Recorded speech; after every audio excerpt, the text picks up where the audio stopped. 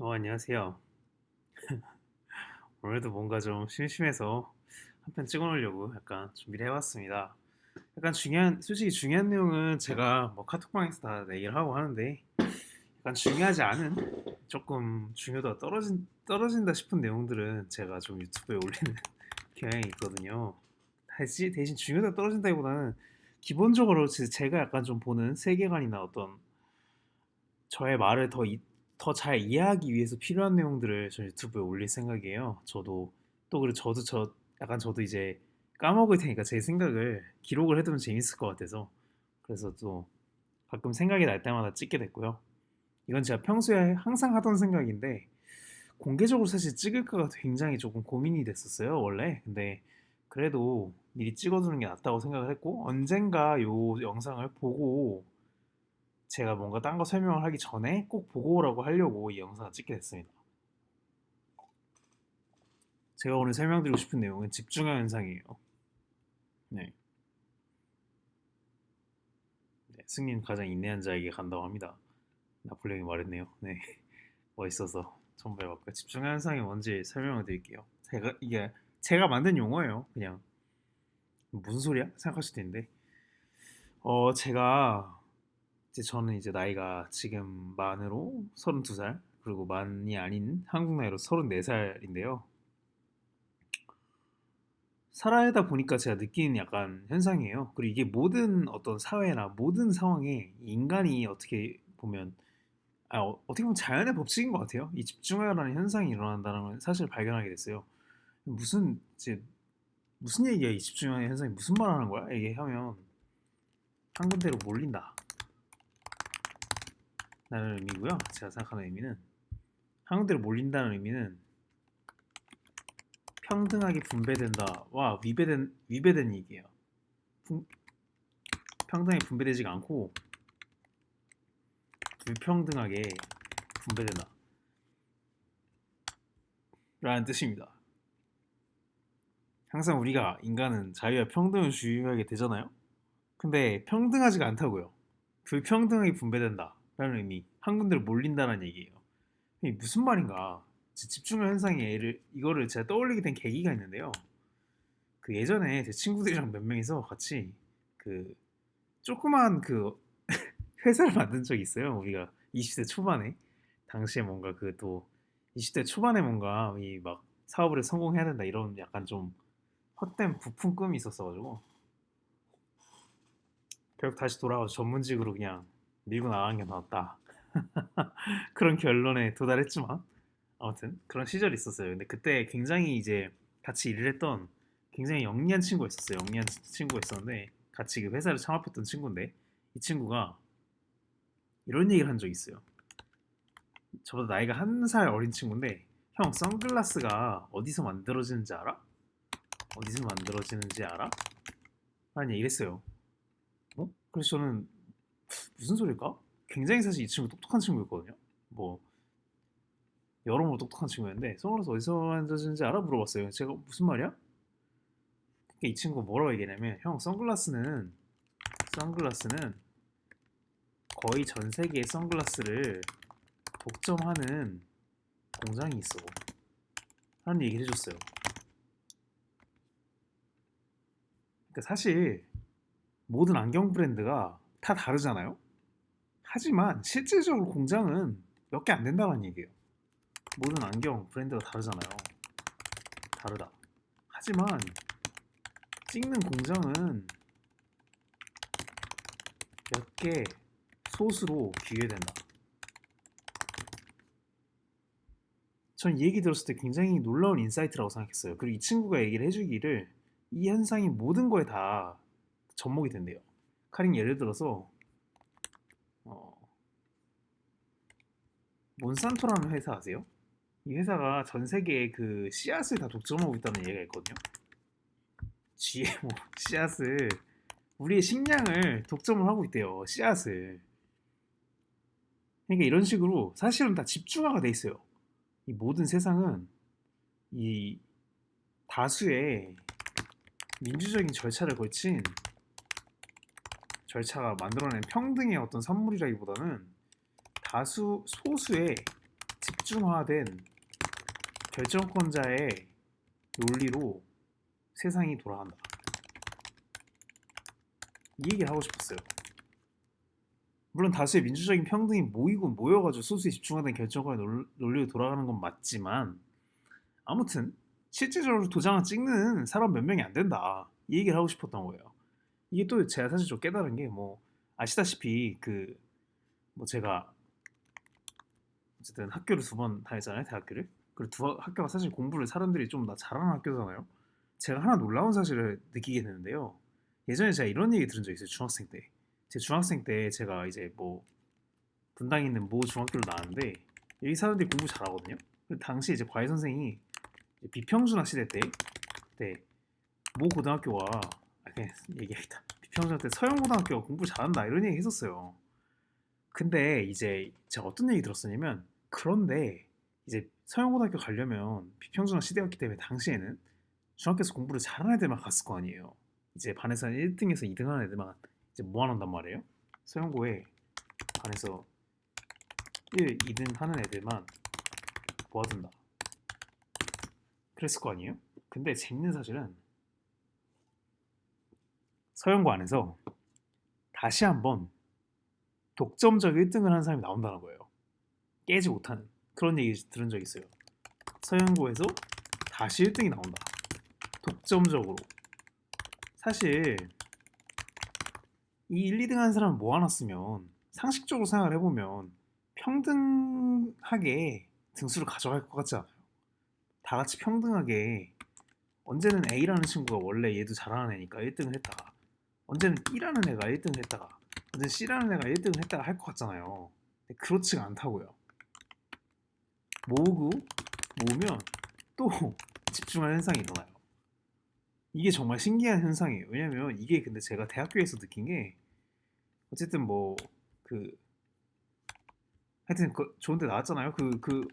어디 하여튼 잘하는 학교 제가 A 학교로 나오고 B 대학원을 나왔는데 이 A 학교에 사실 사람들이 공부 다들 진짜 정말 잘했어요. 다들 사실 아직까지 생각했을 때도 스카이 나오고 이제 뭐 취직했다가 다시 온 사람도 정말 많았고 하여튼 아주 잘했는데 이 중에 사실 경상남도 1등이 있었거든요. 저희 학교에 문과를 저희는 이제 같이 이과 문과 같이 붙다 보니까 문과에서 사실은 가장 잘하는 애들이 여기 왔었는데 당시에 사실 그 서울 쪽에 저희 그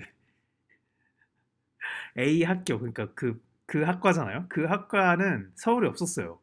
그래가지고 이 학교가 지방에 있는 데가 가장 높은 학교였는데 문과에서는 그러다 보니까 문과에서 가장 잘하는 애들이 왔었는데 그래서 뭐 서울법대 나왔다가 온 사람도 있었고 하여튼 특이한 사람이 왔어요. 서울법대생이 2명이 있었어요. 근데 이제 그 중에서 경상남도 전체 1등이 왔었거든요. 경상남도 전체 1등 문과 전체 1등이 왔었는데 어, 이 사람이 이제 거의 1등을 했어요. 이 사람이랑 그 연세대 나온 사람이랑 고려대 나온 사람 이렇게 셋이 1등을 번갈아 가면서 돌아가면서 했어요.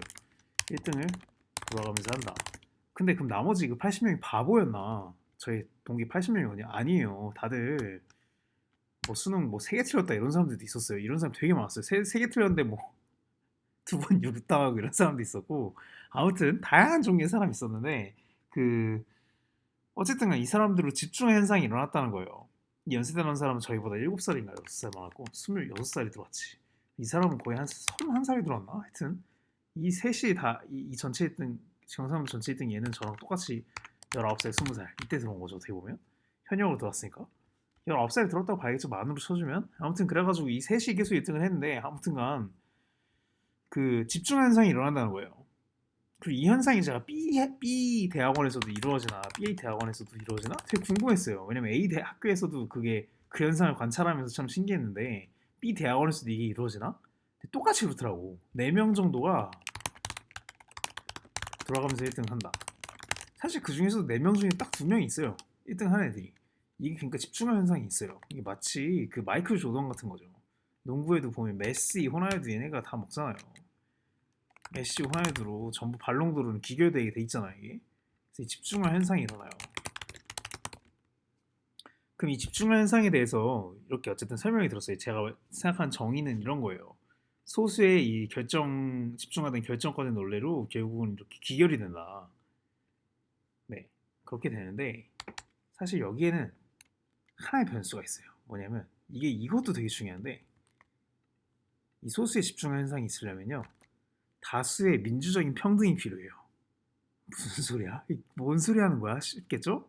소수 결정권자가 논리로 세상이 돌아간다면서 근데 무슨 다수의 민주적인 평등이 필요해 라고 얘기를 하시겠지만 사실 이게 어떻게 보면 지금 현재 그 자유민주주의 체제 하에서 굉장히 큰 장점인 것 같아요. 왜냐면 다들 아시다시피 집중화 현상은 북한에서도 있을 거 아니에요? 소수에 집중화된 공산당의 어떤 그 결정권자들의 논리로 공산당 수뇌부의 논리로 돌아갈 거 아니에요. 북한 세계는. 근데 어쨌든간 이 현상이 우리가 생각하는 그 자유민주주의 사회에서도 사실은 이루어지고 있다.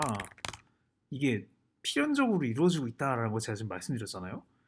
근데 여기에는 하나 변수가 있어요. 뭐냐면 다수의 민주적인 평등 절차에 의해서 투표권을 가진 이들이 집중화 현상을 일으킨다는 거예요. 이게 자유민주주의와 공산주의의 좀 가장 큰 차이점이라고 생각해요. 어쨌든간 기회는 준다. 어쨌든간 당신이 사실 당신한테 한 표밖에 없기 때문에 당신은 딱히 사실 기회는 없어.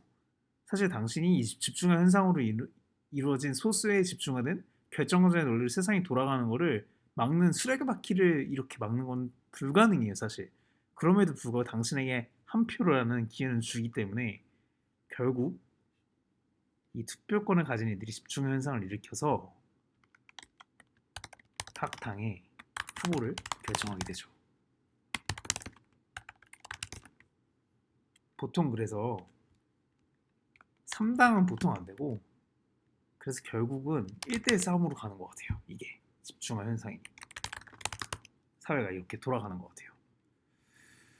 아무튼 그렇습니다. 그래가지고 결국은 이 1대1 집중화 현상을 한마디로 일으키고 내가 지지하는 거 내가 저게 싫은 거 그러니까 결국 사실 지금 투표를 보세요. 투표 보면요 논리가 이렇잖아요. 뭐 예를 들어서 뭐뭐뭐 더블 뭐 떠당 더블당이라는 게 있겠죠? 뭐 거기에 뭐 무슨 뭐 이라는 후보가 있다고 생각해보죠. 그 다음에 뭐 국이라는 닭에 뭐 유라는 후보가 있는데 이 보면 사실은 뽑는 이유가 유가 좋아서 뽑고 뭐 이가 좋아서 뽑고 이럴 수도 있지만 사실 난 유가 싫어. 그래서 난 이를 뽑겠어. 혹은 난 이가 사실 되면 안 될 것 같아. 그래서 유를 뽑겠어. 이런 사람 있잖아요. 사실은 그렇다고 지금 3당에 뭐 예를 들어서 뭐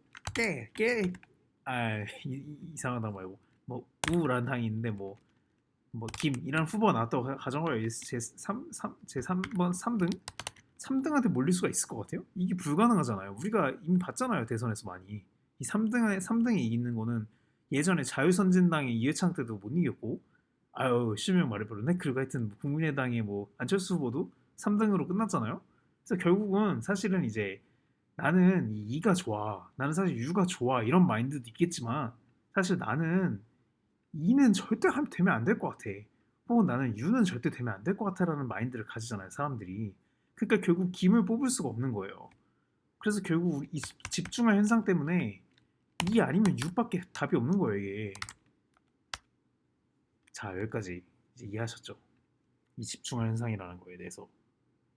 그래서 제가 생각하는 이 집중화 현상은 한 군데로 몰리는 이런 개념이고 그 민주주의 사회에서는 두 개로 몰리는 상황이 생긴다. 이 집중화 현상이. 원래 그 공산주의 사회에서는 소수에 집중화된 공산당 하나로 묶이잖아요. 근데 그게 안 되고 민주주의에서 두 개로 묶인다. 그래가지고 자 여기서부터 이제 얘기 드릴게요. 이게 주식시장에 똑같이 반영이 됩니다. 이 집중화 현상이. 그래서 이 집중화 현상을 어떻게 이해하느냐에 따라서 사실은 저는 돈을 벌 수 있다고 생각합니다. 네. 그래서 사실 이 얘기를 했습니다. 이거는 제가 나중에 기회가 된다면 우리가 실제로 만났을 때 얘기를 해드리도록 하겠습니다. 그래서 제가 발견한 그 핵심적인 내용은 집중화 현상을 이해하는 데 있어요. 모든 게 집중돼서 한 군데로 몰리는 현상이 일어난다. 그리고 그게 이제 공산주의에서는 하나로 묶이지만 보통 자유민주주의에서는 내가 지금 저 사람을 싫을 수가 있기 때문에 1대1 집중화 현상이 생긴다. 그래서 이렇게 몰린다. 네, 여기까지입니다. 사실 조금 더 하고 싶은 얘기가 있는데, 그리고 사실 집중현상에 대해서 하나 더 얘기를 하고 싶은 게 있어요. 지금 집중현상이 1편이고 어떻게 보면 집중현상이 2가 있어요. 일단 몰린다라는 이 집중현상 한 군데로 몰린다는 현상이고 불평등하게 분배되지 않는다. 후보가 1번, 2번, 3번, 4번, 5번, 6번, 7번, 8번이 불평등하게 분배된다. 1, 2번한테 몰린다. 그래서 그거는 이제 공장 찍는 거나 소수의 결정권자 논리로 세상 돌아가는 거와 똑같다. 결국 E나 U의 판단대로 세상이 돌아간다. 그 얘기를 하고 싶었어요. 네네. 그렇습니다. 네, 그럼 여기까지 찍고 다음에 집중현상 2를 시간이 되면 또 찍도록 하겠습니다. 집중현상 2는요. 위험에 대한 얘기예요. 집중현상이 지금 말씀드린 것처럼 그 이런 자유민주주의에서 투표나 혹은 이 어떤 특정 사람이 뭔가 더 독점을 하는 이런 어떤 공부에서의 독점 뭐 이런 거에서도 일어나지만 이 집중화 현상은 위기 시에도 아주 재밌는 결과를 가져옵니다. 다음엔 집중화 현상 2, 집중화 현상이 위험할 때 나타나는 현상에 대해서 설명드리도록 하겠습니다. 네, 지금까지 들어주셔서 감사합니다.